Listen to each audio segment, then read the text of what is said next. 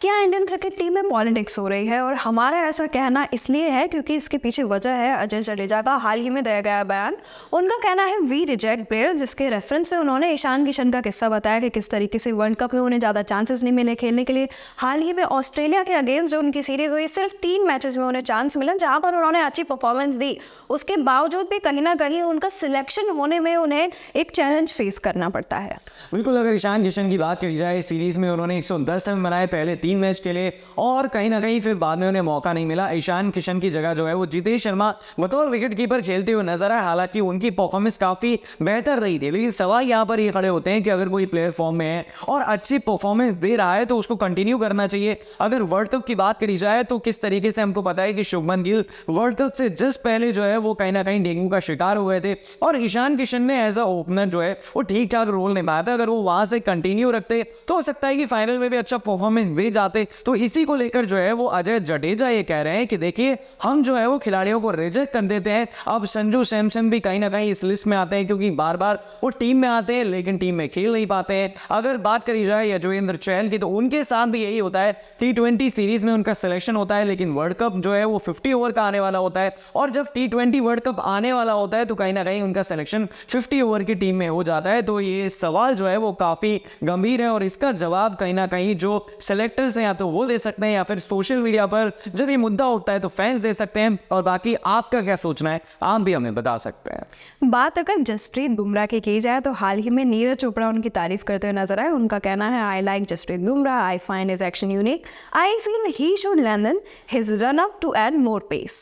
बिल्कुल, अगर बात करी जाए नीरज चोपड़ा की, तो उन्होंने ये भी कहा कि देखिए, जब भी हमारी बातचीत होती है तो हम यही डिस्कस करते हैं कि जो बॉलर है ये तेज गेंदबाजी करते हैं, लेकिन इसका कहीं ना कहीं कोरिलेशन उनके रनअप से है। तो कहीं ना कहीं ये बताते हुए नजर आ रहे हैं नीरज चोपड़ा कि अगर जसप्रीत बुमराह को अपनी स्पीड जो है वो पेस जो है वो और ज़्यादा इंक्रीज करनी है तो अपना रनअप भी इंक्रीज करना पड़ेगा। और जिस तरीके से बुमराह जो है वो शॉर्टर रनअप से काफ़ी अच्छी गेंदबाजी करते हैं, अगर उनकी स्पीड और ज़्यादा बढ़ जाती है और ज़्यादा वो लीथल हो जाएंगे। और अब ये मैं आपको बता दूं कि जो साउथ अफ्रीका जाएगी टीम इंडिया टेस्ट मैच खेलने के लिए, उस टीम का हिस्सा रहेंगे जसप्रीत बुमराह। अगर उनके ओडीआई करियर की बात करी जाए, टेस्ट करियर की बात करी जाए, आईपीएल करियर की बात करी जाए, तो इस पर जो है वो एक बार निगाह डाल देते हैं। अगर अब उनके टेस्ट रिकॉर्ड पर नजर डालते हैं तो उन्होंने कुल 30 मैचेस खेले हैं, इनिंग्स है उनके नाम 58, विकेट्स उन्होंने लिए हैं 128, और वनडे रिकॉर्ड पर अगर नजर डाली जाए तो 89 मैचेस खेले हैं, इनिंग्स भी 89 है, और विकेट्स जो है यहाँ पर एक बड़ा नंबर हमें दिखाई देता है 149। आईपीएल रिकॉर्ड पर नजर डाली जाए तो मैचेस है 120, विकेट्स है 145, और बेस्ट रहा है उनका 5। बिल्कुल, तो अगर जसप्रीत बुमराह की बात करी जाए तो लगातार जो है वो काफ़ी अच्छी ना सिर्फ गेंदबाजी कर रहे हैं बल्कि अब तो बैटिंग से भी कंट्रीब्यूट करना उन्होंने शुरू कर दिया। और आपको बता दूं कि बुमराह का जो डेब्यू है वो ओडीआई में उन्होंने किया था 23 जनवरी 2016 को वर्सेस ऑस्ट्रेलिया। टेस्ट मैच की अगर बात करी जाए तो जसप्रीत बुमराह का जो डेब्यू था वो 5 जनवरी 2018 को था, और तब से लेकर वो इंडिया का पार्ट जो है वो लगातार रहे। हालांकि ये बात और है कि इंजरी जो है वो बीच बीच में आती रही है। विराट कोहली और केएल राहुल जो हैं वो एक्स फैक्टर है टीम इंडिया के लिए, ऐसा हमारा मानना तो है। ये साथ के साथ मानना है श्रीसंत का। उनका कहना है, Virat Kohli, KL Rahul will be team India's X factor in South Africa test series.